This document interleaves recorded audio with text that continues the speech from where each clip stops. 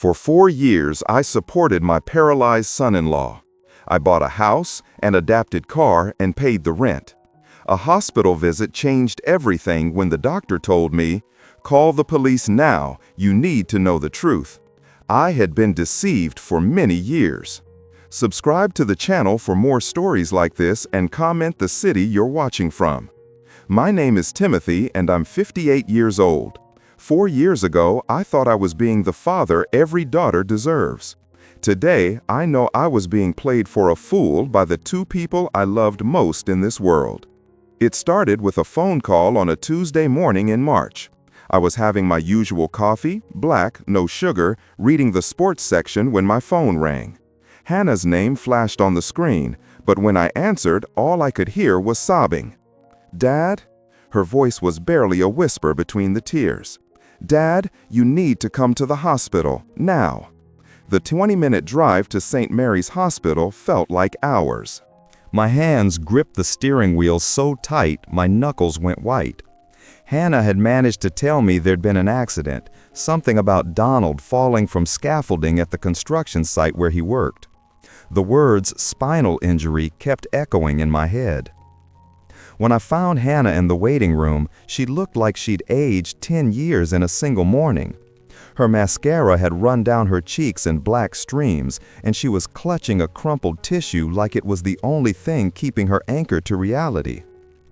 "They don't know if he'll ever walk again," she whispered as I wrapped my arms around her. "The doctors say it's too early to tell, but Dad, the way they looked at me when they explained the injury." Donald had been my son-in-law for 6 years by then. He wasn't perfect, but he loved my daughter, and that was enough for me. He worked hard, treated Hannah well, and always showed me respect. Seeing him lying in that hospital bed, unconscious and connected to machines, broke something inside me. The next few weeks were a blur of medical terms I didn't understand and insurance forms that seemed designed to confuse rather than help. When Donald finally woke up, the doctors confirmed our worst fears. The fall had damaged his spinal cord. He had feeling in his upper body, but his legs were completely paralyzed.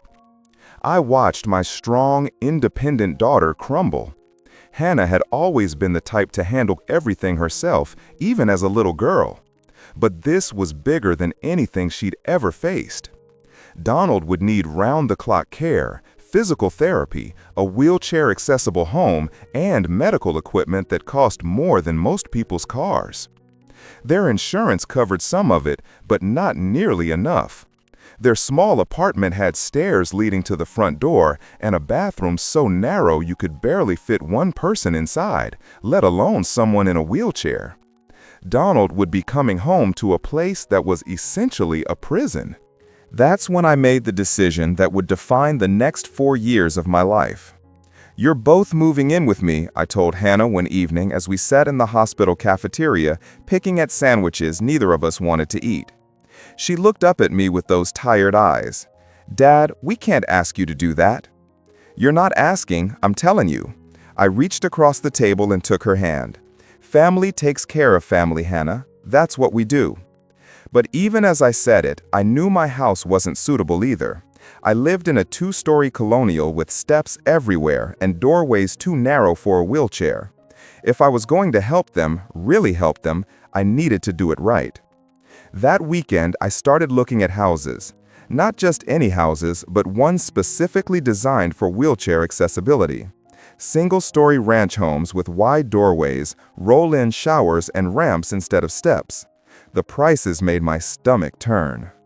Even the modest ones were well beyond what I could afford on my salary as a department manager at the hardware store. So I did what any father would do. I emptied my retirement account. $43,000. That was everything I'd saved for my golden years, gone in a single afternoon to make a down payment on a ranch house with 3 bedrooms and 2 full bathrooms, both designed for wheelchair users. The mortgage payments would stretch me thin, but I could manage it if I picked up extra shifts. When I told Hannah what I'd done, she cried for 20 minutes straight. "Dad, you can't do this," she kept saying. "This is too much. Your retirement money." "Money's just paper, sweetheart," I told her, though my heart was pounding at the thought of working until I was 70 just to pay the bills. "You and Donald are my family. This is what matters." The day we moved Donald from the hospital to our new house was both heartbreaking and hopeful. Watching him navigate the specially designed spaces in his wheelchair, seeing the relief on his face when he could actually use the bathroom independently for the first time in months, it felt like we were giving him his dignity back. But there were moments, even in those early days, when something felt off. Donald had always been particular about his doctors. Even before the accident, he'd switch physicians if he didn't like their bedside manner or disagreed with their treatment plans. After the injury, this trait seemed to intensify. When the hospital recommended a specific rehabilitation center known for spinal cord injuries, Donald refused to go. "I don't trust them," he said when I asked why. "They just want to run up bills. I'll do better with Dr. Martinez." Dr. Martinez was a general practitioner in a small clinic across town. Not exactly the specialist I would have chosen for someone with Donald's condition. But I wasn't a medical expert, and Donald seemed convinced this was the right choice. Hannah supported his decision completely. "Donald knows his body better than anyone," she said whenever I brought up my concerns. "If he's comfortable with Dr. Martinez, that's what matters." There were other small things that nagged at me.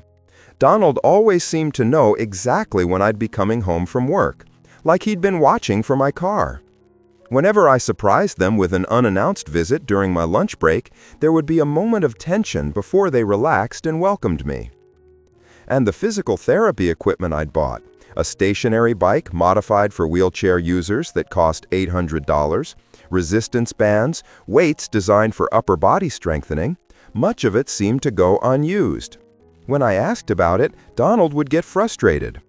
"I'm trying, Timothy," he'd say, and I'd feel guilty for questioning him. "Some days are harder than others." "The doctor says I shouldn't push too hard, or I might hurt myself worse." That made sense, I supposed. I didn't know anything about spinal cord injuries or recovery. All I knew was that my daughter was slowly rebuilding her life, and Donald was working hard to adapt to his new reality. If they needed me to give up my retirement savings and work extra hours to support them, that's what I'd do. But late at night, when I lay in my new bedroom listening to the sounds of the house settling around us, I couldn't shake the feeling that something wasn't quite right. It was nothing I could put my finger on, just an instinct that had served me well in my 58 years of life. I told myself I was being paranoid. Adjusting to a new living situation was stressful for everyone involved. Donald was dealing with a life-changing injury. Hannah was learning to be a caregiver, and I was trying to figure out how to be helpful without being intrusive. Of course, there would be tension. Of course, things would feel awkward sometimes. What I didn't know was that the awkwardness I was sensing was just the tip of an iceberg that would eventually destroy everything I thought I knew about my family. 6 months into our new living arrangement, I was working 60 hours a week just to keep our heads above water. The mortgage on the accessible house was $1,200 a month plus utilities, groceries for 3 adults, and Donald's medical expenses that weren't covered by insurance. My regular paycheck covered maybe half of it. I started picking up weekend shifts at the hardware store, then took on a part-time job doing inventory at a warehouse on Tuesday and Thursday evenings. My back ached constantly from lifting boxes and standing on concrete floors for hours. But every time I looked at Donald struggling to reach something from his wheelchair or saw Hannah's exhausted face after helping him with his daily care routine, I knew the sacrifice was worth it. At least, that's what I told myself. The first real warning sign came on a Thursday evening in September. I'd finished my shift at the warehouse and stopped by the grocery store to pick up the special protein drinks Donald's doctor had recommended. They cost $45 for a case of 12, but Donald insisted they were essential for maintaining his muscle mass. When I got home around 9:30, the house was dark except for the flickering glow of the television in the living room. I expected to find Donald and Hannah watching their usual evening shows, but as I opened the front door, I heard voices coming from the backyard. Through the kitchen window, I could see them sitting on the back patio. Donald was in his wheelchair, Hannah in one of the lawn chairs beside him, and they were having what looked like an intense conversation. I couldn't make out the words, but their body language was tense, urgent. I was about to go outside and join them when Donald suddenly pushed himself up from his wheelchair. Not rolled, not transferred, pushed himself up and took 3 clear steps toward the patio table. I stood frozen at the kitchen window, the bag of protein drinks slipping from my hands and hitting the floor with a soft thud. Donald was walking. Not perfectly, not smoothly, but he was definitely supporting his own weight and moving under his own power. Hannah must have said something because Donald quickly sat back down in his wheelchair. A moment later, they both came inside through the back door. "Hey, Dad," Hannah said, her voice just a little too bright. "How was work?" I stared at Donald, who was avoiding my eyes and adjusting his position in the wheelchair like he was getting comfortable. "Fine," I managed. "How are you two doing tonight?" "Oh, you know," Donald said with a shrug. "Same as always, good days and bad days." I wanted to ask about what I'd seen. I wanted to demand an explanation for why a man who supposedly couldn't feel his legs had just walked across the patio, but something in their expressions warned me off. There was a defensiveness there, a wall that hadn't existed before. Instead, I picked up the protein drinks and put them in the refrigerator. Well, I'm beat. Think I'll head to bed. But I didn't sleep. I lay in my room until after midnight, listening for any sounds that might tell me what was really going on. All I heard was the normal routine. Hannah helping Donald get ready for bed, the sound of his wheelchair moving through the house, quiet conversation that I couldn't quite make out. Maybe I'd been mistaken. Maybe Donald had just been trying to transfer from his wheelchair to the chair and I'd misinterpreted what I was seeing. The backyard lighting wasn't great, and I'd been tired from a long day of work. I wanted to believe that explanation. I needed to believe it. But over the next few weeks, I started paying closer attention to things that had seemed normal before, and the more I watched, the more questions I had. Donald's physical therapy schedule, for instance.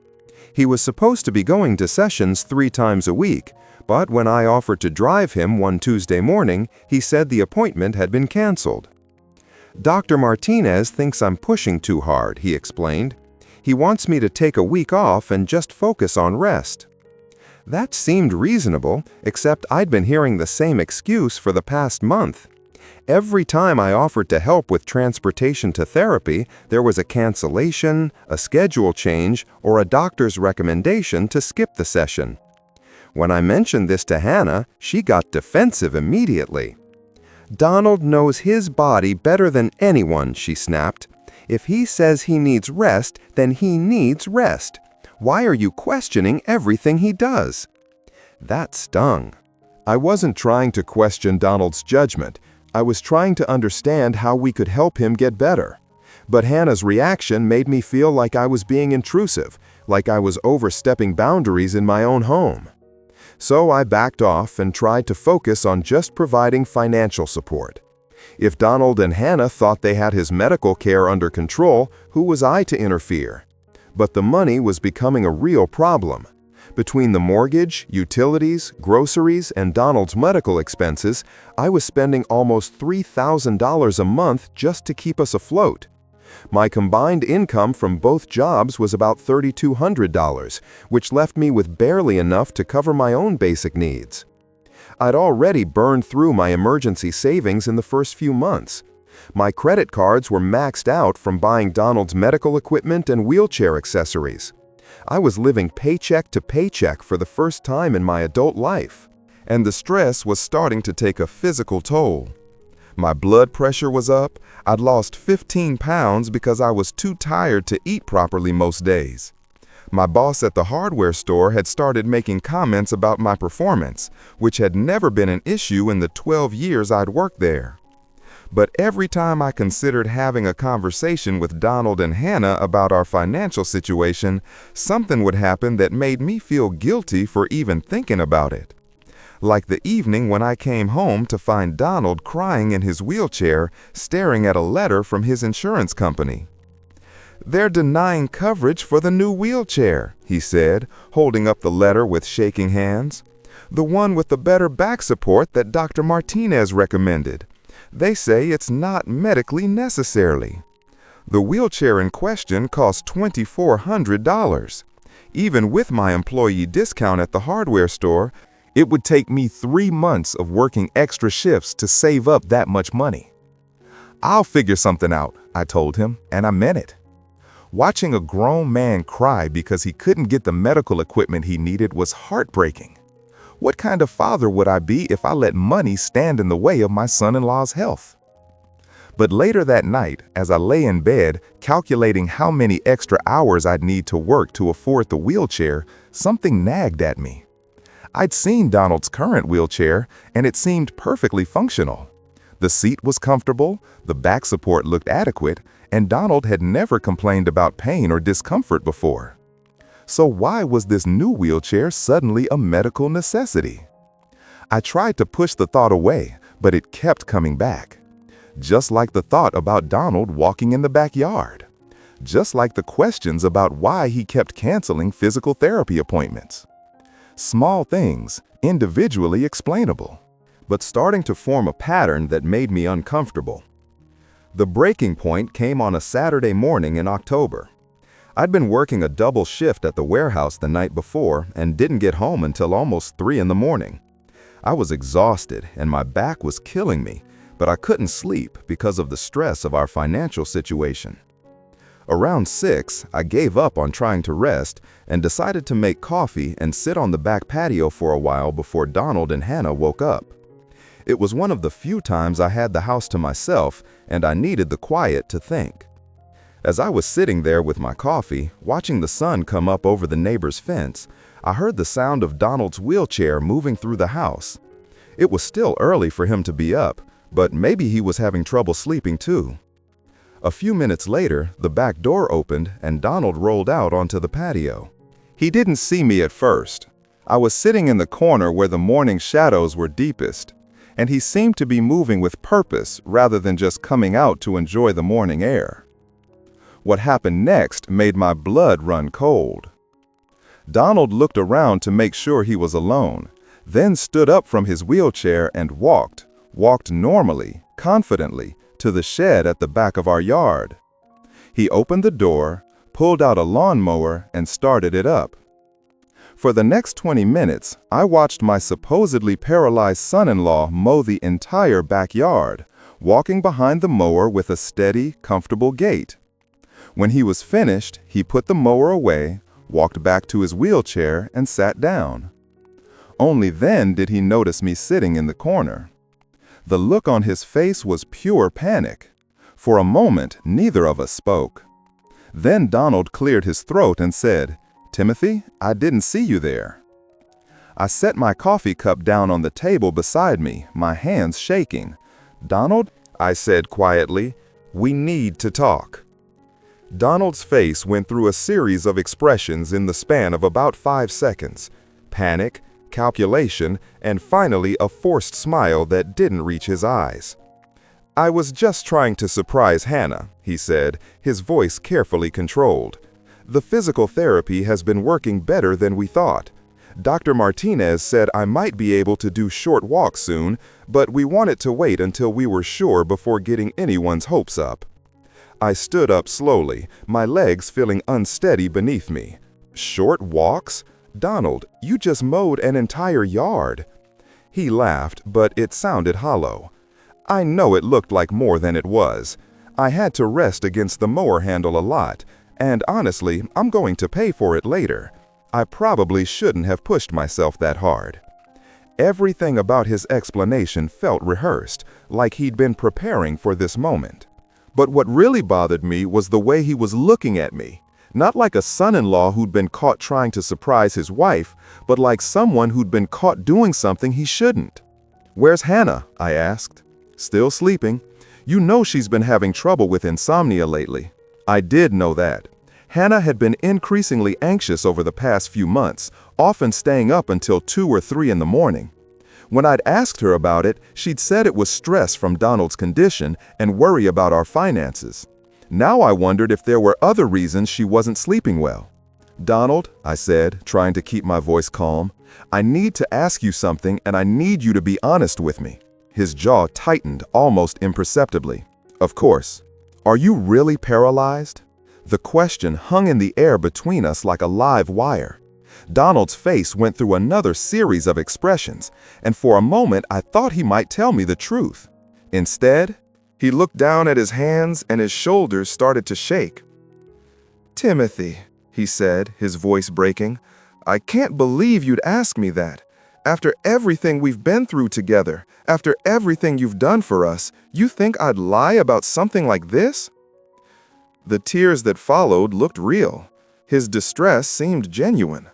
And suddenly, I felt like the worst person in the world for even suggesting that my son-in-law might be faking a disability. "I'm sorry," I said, sitting back down heavily. What I saw this morning." "I know how it looked," Donald said, wiping his eyes. "But the truth is, some days are better than others. Dr. Martinez says that's normal with spinal injuries. Sometimes I have more feeling, more control. Other days, I can barely transfer from my wheelchair to the bed." He rolled closer to me, his expression earnest and pleading. "I should have told you about the good days, but Hannah was worried that if people knew I was having some recovery, they might think I didn't need help anymore. And the truth is, Timothy, even on my best days, I'm nowhere near normal.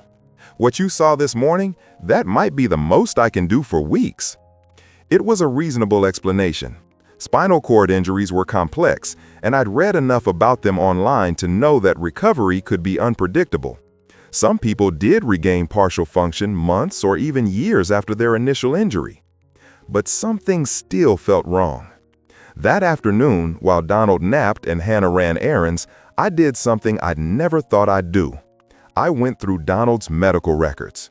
He kept them in a file folder on the desk in their bedroom, and I told myself I was just trying to understand his condition better so I could be more supportive.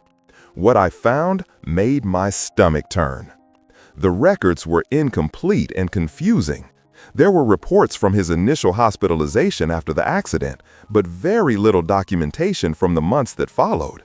The few progress notes I could find from Dr. Martinez were vague and didn't include the kind of detailed assessments I'd expected to see for someone with a spinal cord injury.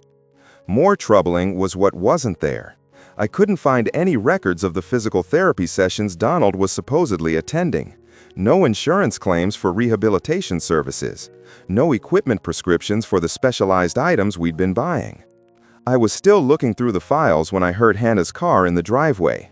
I quickly put everything back where I'd found it and went to help her carry in groceries, but my mind was racing.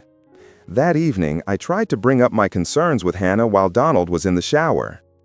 "I've been thinking about Donald's recovery," I said carefully. "Maybe we should get a second opinion from a specialist, someone who deals specifically with spinal cord injuries." Hannah's reaction was immediate and defensive. "Why? Dr. Martinez knows what he's doing." "I'm sure he does, but Donald's case seems complicated. Maybe someone with more specialized experience could help him recover faster." "Recover faster?" Hannah's voice rose. "Dad, this isn't a broken bone.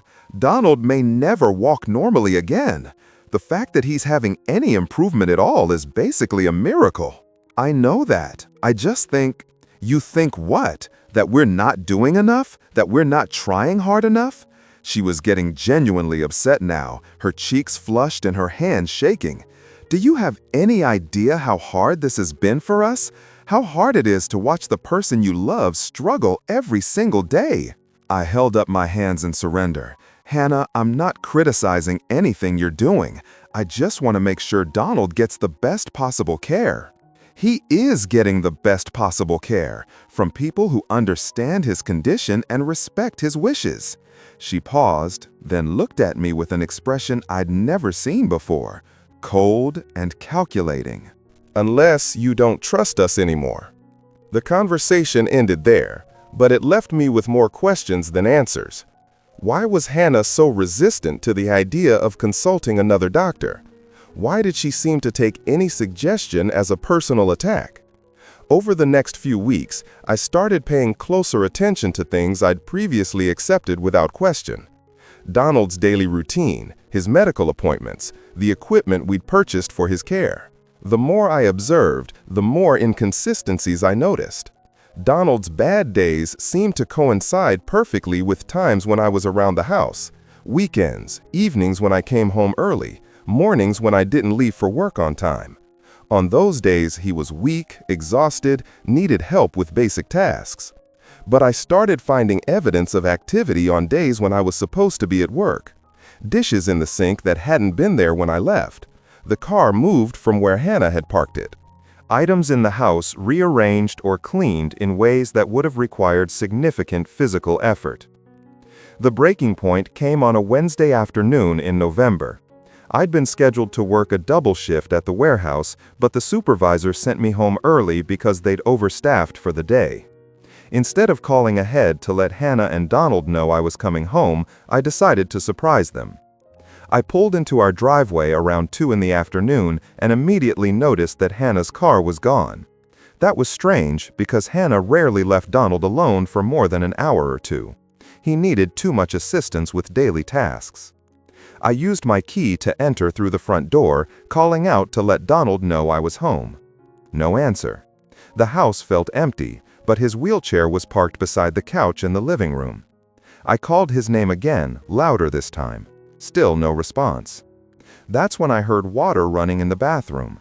The shower was on, which meant Donald was either in there or someone else was in the house. Given that his wheelchair was in the living room, I assumed he must have transferred to his shower chair and was bathing independently. But as I walked past the bathroom door, I heard something that made my blood freeze. Donald was humming. Not just humming, but humming while moving around in the shower. I could hear his feet on the shower floor, the sound of him turning and moving normally under the water. There was no shower chair, no assistance equipment, just a man taking a normal shower like any able-bodied person would. I stood outside that bathroom door for 10 minutes, listening to Donald shower, wash his hair, and hum like he didn't have a care in the world. When the water turned off, I quickly moved to the kitchen and pretended to be checking the mail. 5 minutes later, Donald appeared in his wheelchair, hair damp, wearing fresh clothes. "Timothy," he said, seeming genuinely surprised to see me. "I didn't hear you come in. You're home early." "Yeah, slow day at the warehouse." I studied his face, looking for any sign that he knew I'd been listening outside the bathroom. "How was your day?" "Oh, you know, quiet. Hannah went to the grocery store. I mostly just watched TV and rested." "Did you manage to shower okay by yourself?" For just a moment, Donald's expression flickered. "Yeah, it was tough, but I managed. Hannah set everything up for me before she left." That night, I made a decision that would change everything. I couldn't keep living with these doubts and suspicions. I couldn't keep working myself into the ground to support a situation that might be built on lies. And I couldn't keep letting my relationship with my daughter deteriorate because I was afraid to ask hard questions. I needed to know the truth, no matter how much it might hurt. The next morning, I called in sick to work for the first time in over a year. After Hannah left for her part-time job at the dental office and Donald settled in for his usual morning routine of watching television, I got in my car and drove to Dr. Martinez's clinic. I didn't have an appointment, and I wasn't sure what I was going to say when I got there. All I knew was that I needed to talk to someone who could give me straight answers about Donald's condition. The receptionist at Dr. Martinez's office was polite but firm. Patient information was confidential, and they couldn't discuss Donald's case with me unless he was present and gave written permission. "I understand that," I told her, "but I'm not asking for specific medical details. I just need to know if Donald is actually a patient here. I'm his father-in-law, and I've been paying for his medical care for almost a year. I think I have a right to know if my money is going toward legitimate medical expenses." She seemed to understand my frustration, but her hands were tied by privacy laws. The most she could tell me was that she would check their records and confirm whether Donald Hartwell was an active patient. She disappeared into the back office for several minutes. When she returned, her expression was troubled. "Sir," she said quietly, "according to our records, Donald Hartwell hasn't been seen in this office for over 8 months." The world seemed to tilt around me. 8 months? His last appointment was in February. Dr. Martinez had recommended that he seek specialized care for his spinal injury, but Mr. Hartwell said he wanted to continue managing his condition on his own. I sat down heavily in one of the waiting room chairs, trying to process what I just learned. For 8 months, Donald had been lying about going to medical appointments. For 8 months, Hannah had been covering for him. For 8 months, I'd been working myself into exhaustion to pay for medical care that wasn't happening. "Sir?" The receptionist looked concerned. "Are you all right?" I looked up at her, and for the first time in almost a year, I knew exactly what I needed to do. "I need to make a phone call," I said. "Can you recommend a good private investigator?" The private investigator I hired was a woman named Patricia Chen. She had 23 years of experience with the police department before going into private practice, and she specialized in cases involving insurance fraud and family disputes. When I met with her that Friday afternoon, she listened to my story without judgment and took detailed notes about the inconsistencies I'd observed. "What you're describing is more common than you might think," she told me. "Disability fraud cases, especially within families, can be incredibly complex emotionally. The people involved often convince themselves they're justified in what they're doing." Patricia said she'd need about 2 weeks to conduct surveillance and gather evidence. She would document Donald's activities when he thought no one was watching, verify his medical history, and check for any financial discrepancies that might indicate fraud. "I have to warn you," she said as I was leaving her office, "sometimes the truth is worse than what people suspect. Are you prepared for that possibility?" I thought I was. After everything I'd seen and suspected, I believed I was ready to learn that Donald had been faking his paralysis. What I wasn't prepared for was just how deep the deception went. The call came on a Tuesday morning, exactly 10 days after I'd hired Patricia. I was at work, trying to focus on inventory reports, when my phone rang. The caller ID showed St. Mary's Hospital, the same hospital where Donald had been treated after his accident. "Mr. Morrison?" The voice was crisp and professional. "This is Dr. Sarah Henley from St. Mary's Hospital. I'm calling about Donald Hartwell. I understand you're his father-in-law?" My heart started pounding immediately. "Yes, that's right. Is Donald okay? Did something happen?" "Mr. Morrison, I need you to come to the hospital as soon as possible. There's something very important we need to discuss about Mr. Hartwell's medical condition, and I think you should contact the police." "The police?" My voice came out as a croak. "Dr. Henley, what's going on? Is Donald hurt?" "Mr. Morrison, I can't discuss the details over the phone, but I can tell you that this involves potential fraud. How soon can you get here?" I told my supervisor I had a family emergency and left work immediately. The drive to the hospital felt like it took hours, even though it was only 20 minutes. My mind was racing with possibilities, none of them good. Dr. Henley met me in the same consultation room where we'd first learned about Donald's supposed paralysis 4 years earlier. She was a tall woman with graying hair and the kind of serious expression that told me whatever she was about to say was going to change my life. "Mr. Morrison," she began, "I want to start by saying that what I'm about to tell you may come as a shock. We've been conducting a review of Mr. Hartwell's case, and we've discovered some very troubling information." She opened a thick file folder and spread several documents across the table between us. Medical reports, x-rays, test results, pages and pages of documentation that I didn't understand but could tell were significant. According to our records, Donald Hartwell was treated here for a spinal injury following his construction accident 4 years ago. The initial injury was real and serious. However, our recent review shows that Mr. Hartwell made a complete recovery within 6 months of the accident. I stared at her, not sure I'd heard correctly. A complete recovery? Yes. Follow-up imaging showed that the swelling in his spinal cord had resolved completely. His motor function returned to normal. He was cleared for full activity and released from our care 18 months ago. The room seemed to spin around me. But that's impossible. Donald can't walk. He's been in a wheelchair for 4 years. Dr. Henley's expression was grim.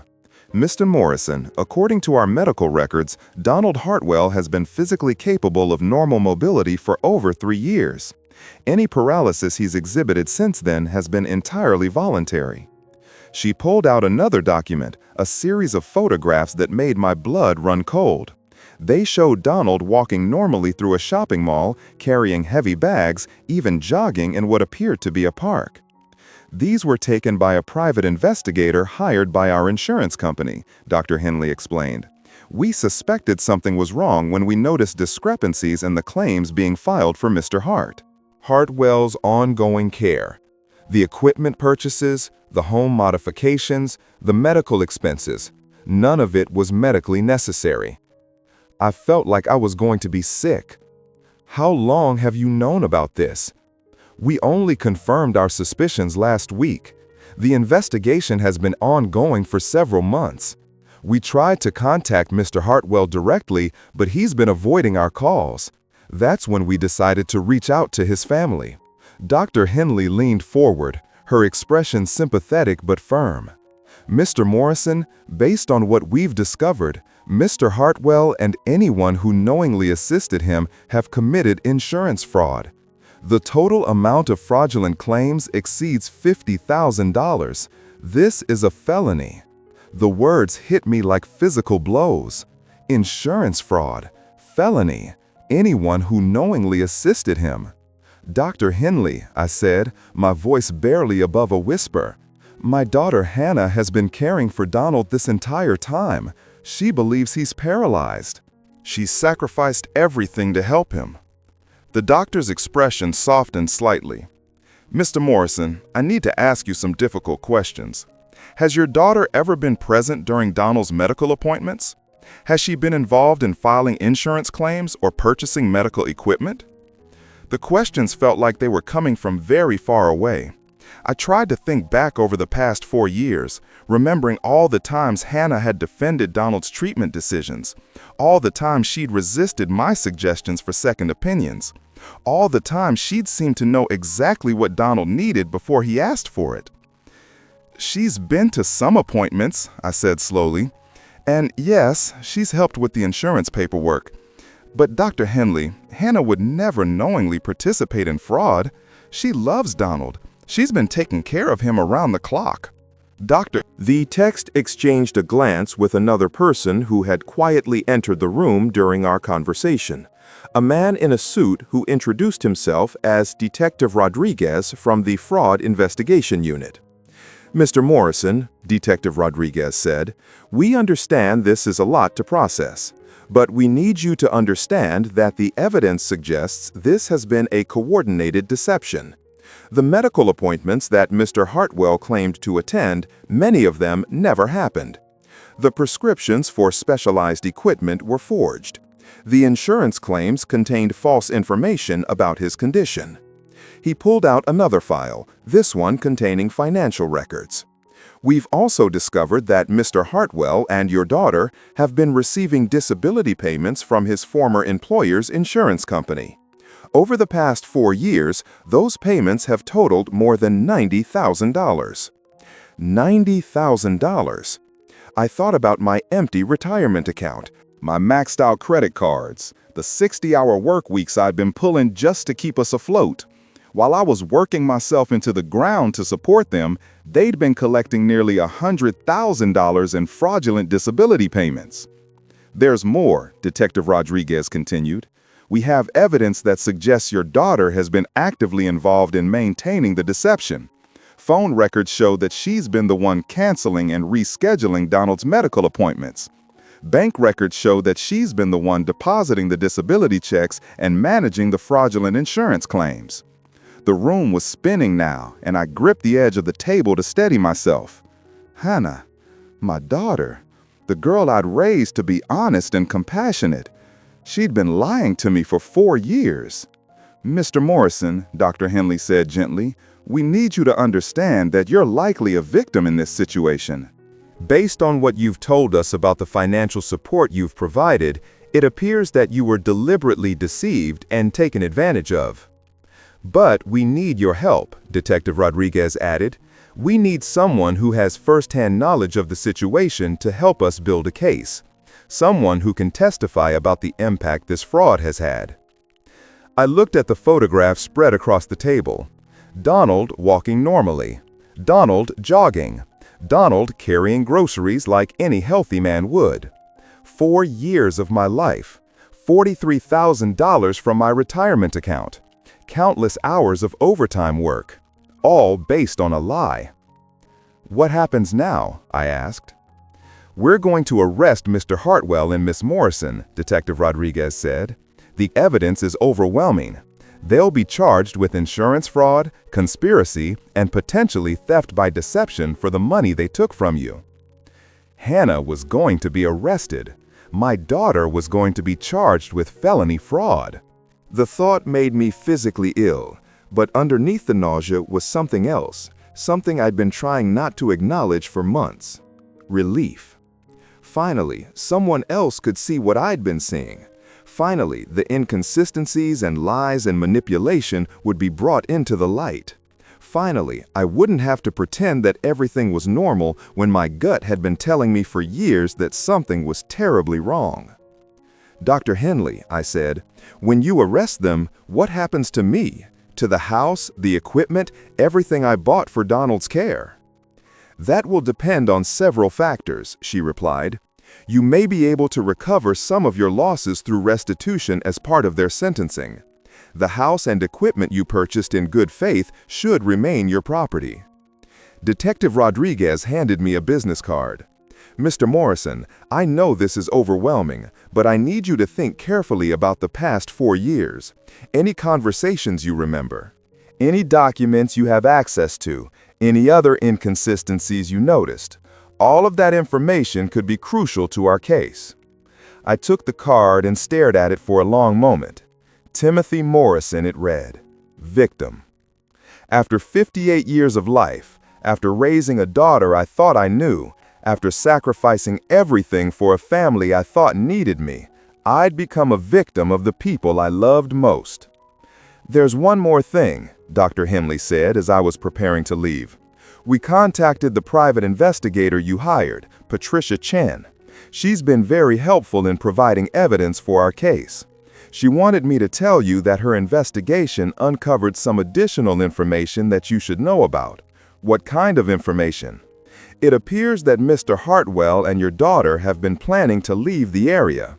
They've been looking at properties in other states, and there's evidence that they were preparing to disappear with the money they've collected."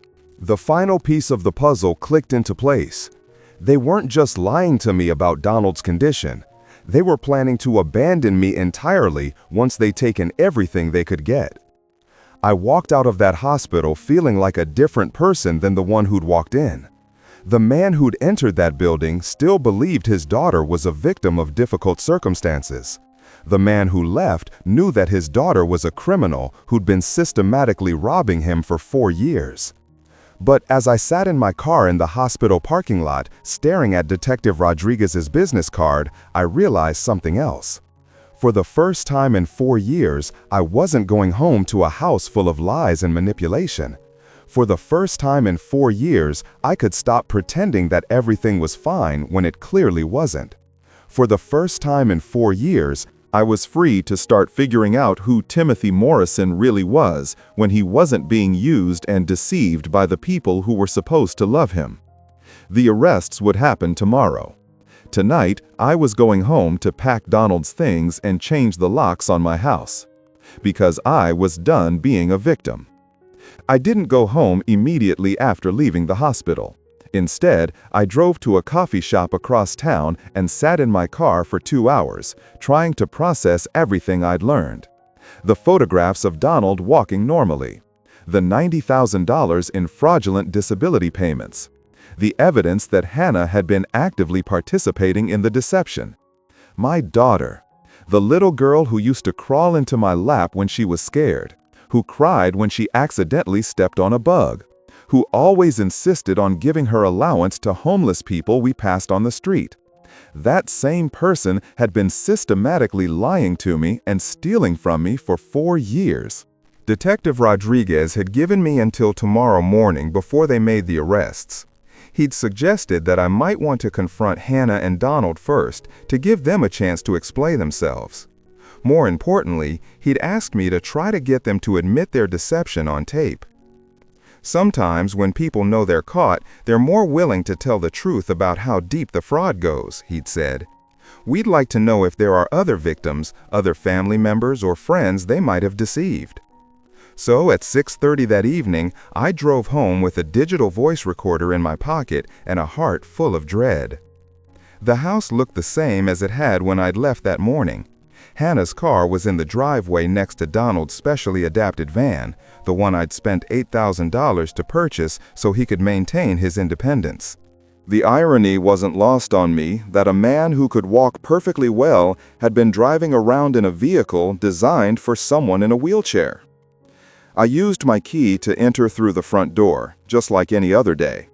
Hannah was in the kitchen preparing dinner, and I could hear the television in the living room where Donald was presumably watching his evening shows.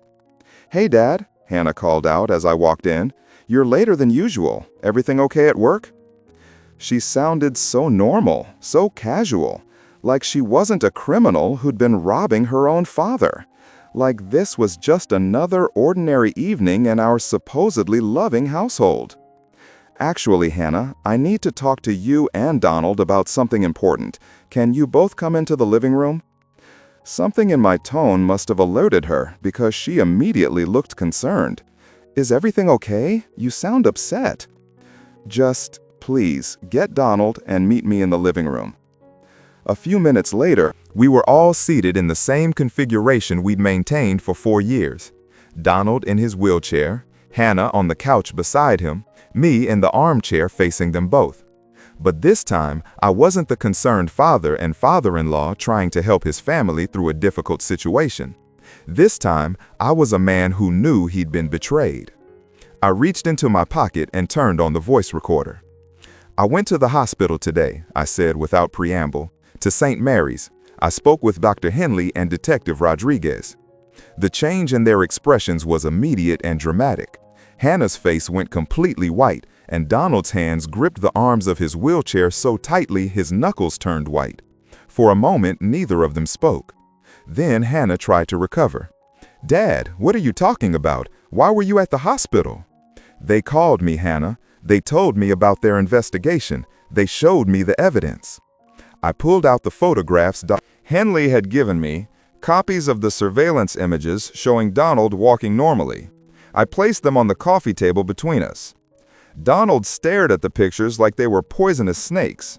Hannah looked at them, then at Donald, then back at me. I could see her mind racing, trying to figure out how to explain what couldn't be explained. "Dad," she said finally, "this isn't what it looks like." "Really? Because it looks like Donald has been lying about being paralyzed for 4 years. Donald finally spoke, his voice barely above a whisper. "Timothy, I can explain." "Then explain." I leaned back in my chair, crossing my arms.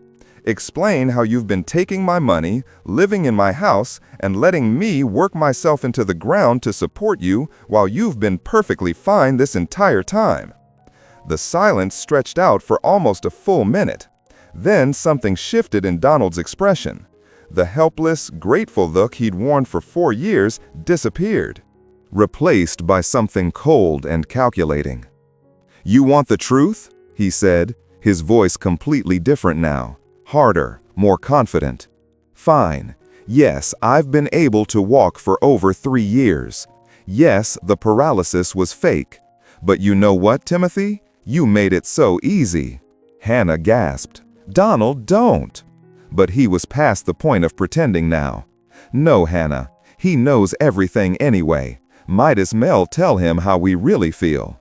He stood up from his wheelchair, smoothly, easily, like he'd never been disabled at all. The sight of it hit me like a physical blow, even though I'd been expecting it. "You want to know the truth about your precious daughter?" Donald continued, beginning to pace around the room. "She's the one who came up with the idea to keep faking the paralysis. When I started getting better, she's the one who said we should milk it for everything we could get." "That's not true," Hannah protested, but her voice lacked conviction. "Isn't it?" Donald turned to her with a sneer. "Who forged the doctor's signatures on the insurance forms? Who canceled the medical appointments so no one would discover I was fine? Who came up with the sob stories about needing more equipment, more money, more help?" I watched my daughter's face crumble as Donald exposed her role in the deception. But what horrified me more than her participation was the way she was looking at him. Not with anger at being betrayed, but with fear that he was revealing too much. "Hannah," I said quietly, "is this true?"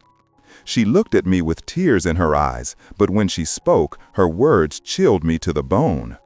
"Dad, you don't understand. We never meant for it to go on this long, but you were so willing to help, so eager to prove what a good father you were. We needed the money." "Needed it for what?" Donald laughed, a harsh sound that bore no resemblance to the grateful son-in-law I thought I'd known. "For our real life, Timothy. The life we've been planning while you've been playing the martyr." He walked over to a bookshelf and pulled out a folder I'd never seen before. Inside were real estate listings, travel brochures, and bank statements that made my blood run cold. "We've been looking at houses in Costa Rica," he said, spreading the papers out on the coffee table. "Beautiful places right on the beach. Amazing what you can afford when you've got $140,000 saved up." $140,000?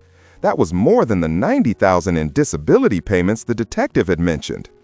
"Where did the rest come from?" I asked, though I was afraid I already knew. Hannah was crying now, but she answered anyway. "The equipment you bought, the medical supplies, we sold most of it. The wheelchair, the shower chair, the hospital bed, we never needed any of it." "And the money I gave you directly?" "What do you think?" Donald's voice was mocking now. "Every time you handed over cash for medical expenses or equipment, it went straight into our Costa Rica fund. We've been planning this for 2 years."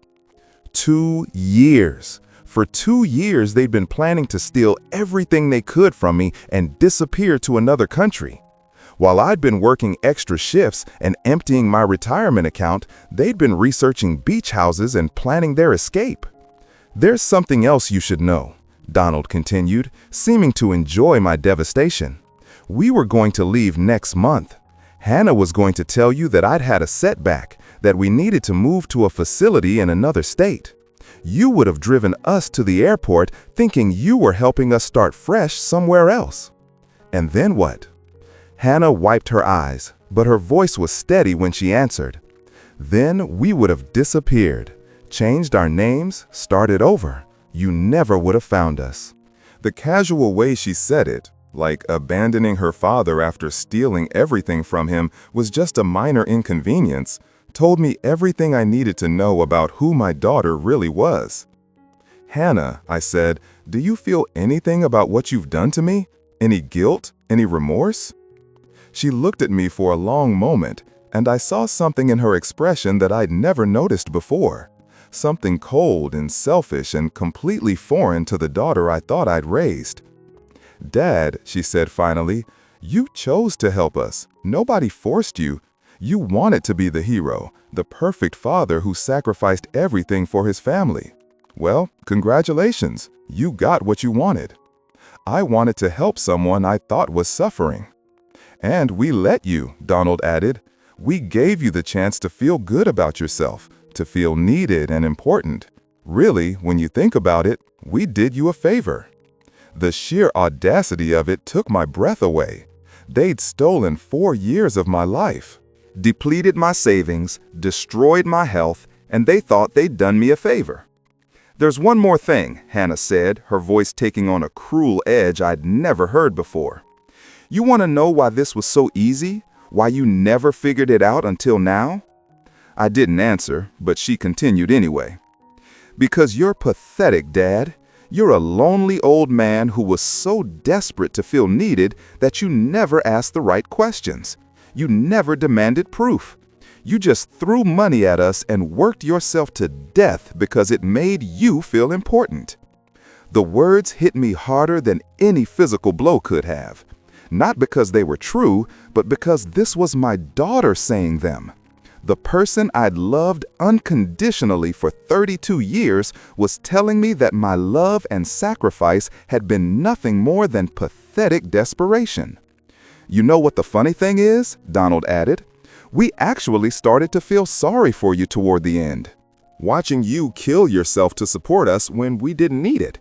But then we'd remember how much money we were making, and the pity would go away pretty quickly. I sat in silence for several minutes, processing everything they told me. The scope of their deception was breathtaking. Not just the fake paralysis, but the emotional manipulation, the financial exploitation, the complete lack of remorse for what they'd done. Finally, I stood up and reached into my pocket to turn off the voice recorder. Well, I said quietly, I think I have everything I need. Hannah frowned. What do you mean? I pulled out the recorder and set it on the coffee table between us. I mean, I've recorded everything you just said.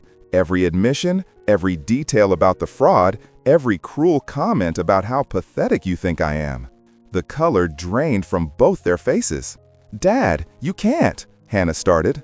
I can and I will, I interrupted. The police are going to arrest you both tomorrow morning. This recording will help ensure that you get exactly what you deserve. Donald took a step toward me, his expression threatening. You can't turn that over to the police. We're family. I looked at him, really looked at him, and saw a stranger, a con artist who'd been playing a role for 4 years, stealing from me while pretending to be grateful for my help. No, I said, we're not family. Family doesn't do this to each other. I turned to Hannah, my heart breaking all over again. I don't know who you are, but you're not the daughter I raised. The Hannah I knew had compassion and integrity. She would never have participated in something like this. Hannah's mask slipped completely then, and I saw the real person underneath. The Hannah you raised was weak, she spat, always worried about doing the right thing, always trying to please everyone. I got tired of being weak. So you decided to become a criminal instead. I decided to stop being a victim. I shook my head sadly. Hannah, you didn't stop being a victim. You just started victimizing someone else, and that someone was your own father. I picked up the voice recorder and headed toward the door. Where are you going? Donald demanded.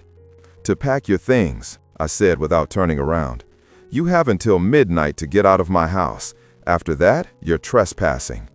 Dad, wait! Hannah called after me, panic finally creeping into her voice. We can work this out. We can pay you back. I stopped in the doorway and looked back at her one last time.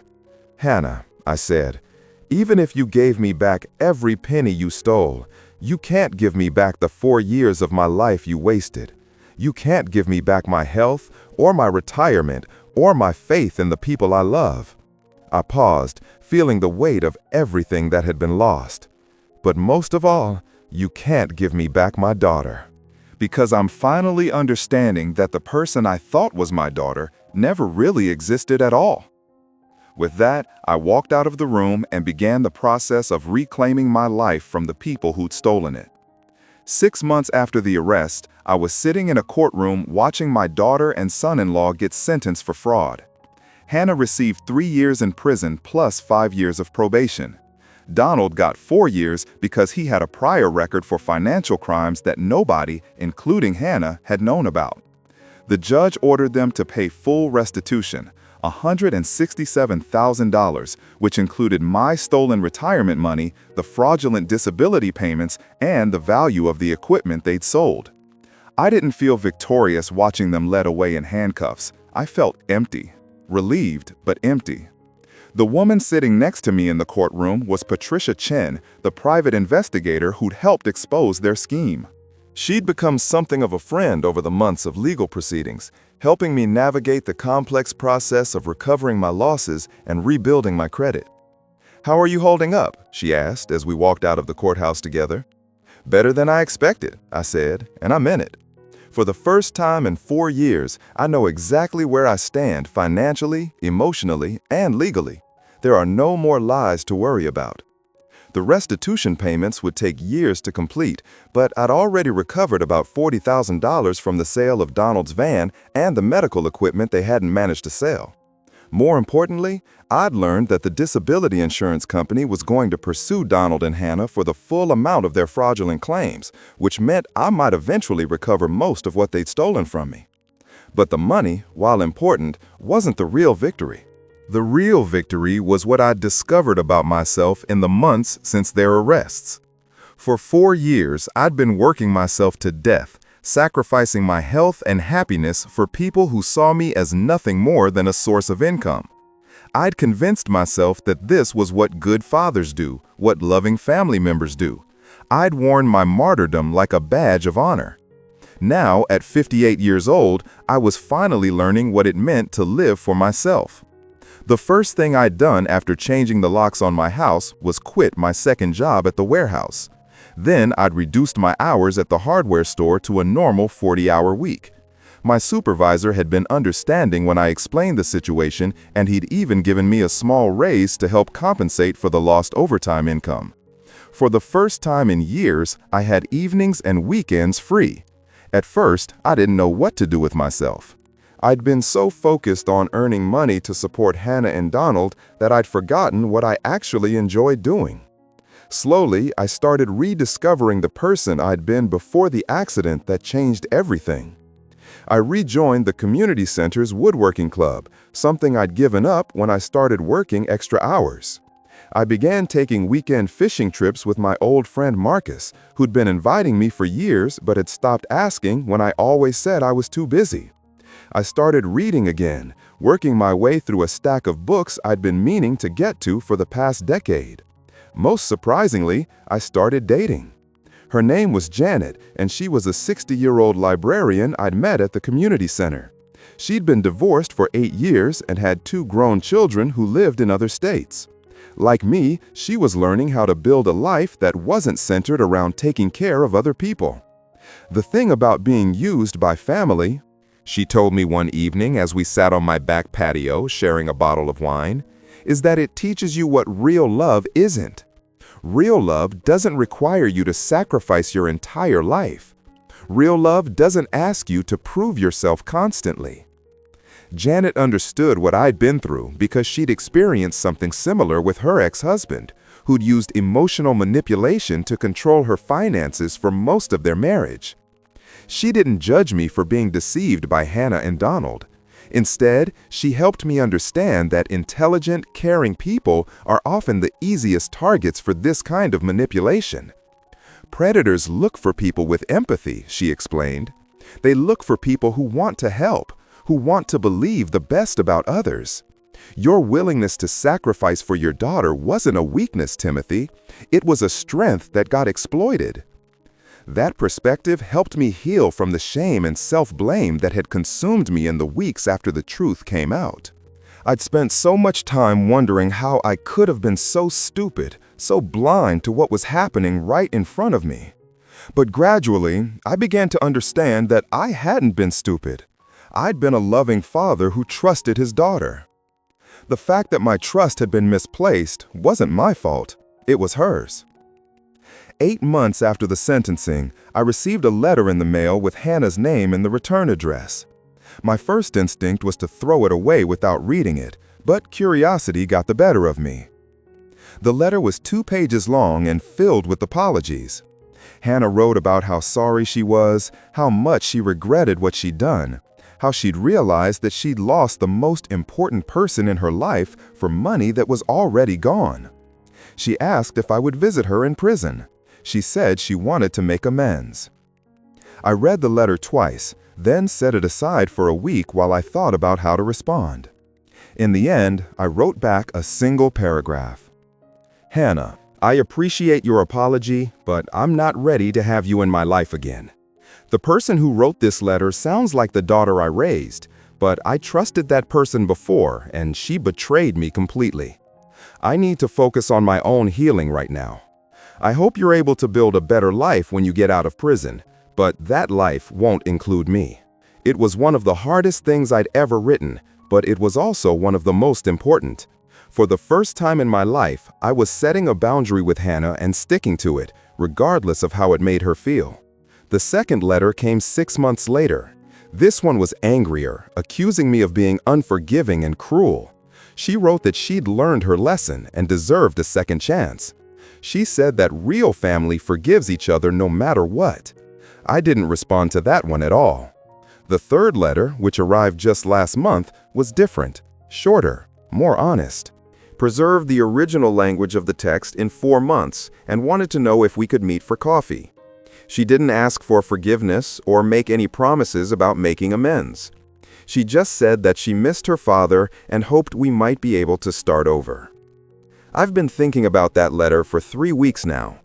Part of me wants to see her, to find out if prison has changed her or if she's still the manipulative person who stole 4 years of my life. But a bigger part of me knows that it doesn't matter whether she's changed or not. I've changed, and the person I am now doesn't need Hannah's approval or love to feel complete.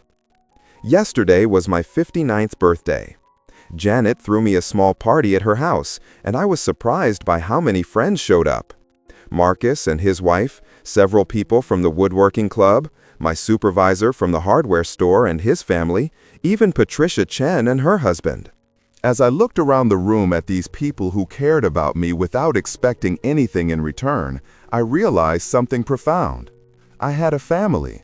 It wasn't the family I'd been born into or the family I'd created through marriage and children. It was the family I'd chosen, built from relationships based on mutual respect and genuine affection. These people celebrated my birthday because they enjoyed my company, not because they wanted something from me. They listened to my stories and shared their own because they valued our friendship, not because they were manipulating me for money. They cared about my happiness and well-being because that's what people do when they actually love someone. For 58 years, I'd believed that family was about blood and obligation. I'd believed that love meant sacrifice and that the more you gave up for someone, the more you must care about them. Now, I know better. Real love doesn't require you to sacrifice your dreams, your health, or your financial security. Real love doesn't ask you to prove yourself by working yourself into the ground. Real love doesn't manipulate your emotions to get what it wants. Real love wants you to be happy and healthy and whole. As I blew out the candles on my birthday cake, surrounded by people who genuinely cared about me, I made a wish. Not for Hannah to come back into my life, not for Donald to somehow make amends for what he'd done, not even for the return of the money they'd stolen. I wished for the wisdom to keep building the life I'd found. The life where I matter not because of what I can provide for others, but because of who I am. The life where my value isn't measured by my willingness to sacrifice, but by my capacity to love and be loved in return. At 59 years old, I'm finally learning what it means to be truly free. Free from manipulation, free from guilt, free from the belief that I have to earn love through suffering. It took losing everything I thought mattered to discover what actually does matter. And what matters is this: I matter. My happiness matters. My peace of mind matters. My right to live without being used and deceived matters. Hannah made her choice when she decided to steal from me instead of love me.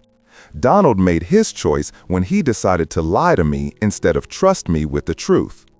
Now I've made my choice. I choose to build a life with people who see me as more than just a source of money or support.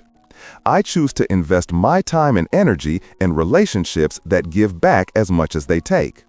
I choose to believe that I deserve better than what I accepted for 4 years. And every morning when I wake up in my house bought with my money, belonging only to me, I'm reminded that sometimes the best thing you can do for yourself is to stop trying to save people who don't want to be saved. Sometimes the most loving thing you can do is to walk away and let people face the consequences of their choices. Sometimes the greatest gift you can give yourself is the gift of freedom from the people who don't deserve your love. I'm Timothy Morrison. I'm 59 years old. I was betrayed by the people I loved most, and I survived. More than that, I'm thriving. And that's enough. More than enough. It's everything.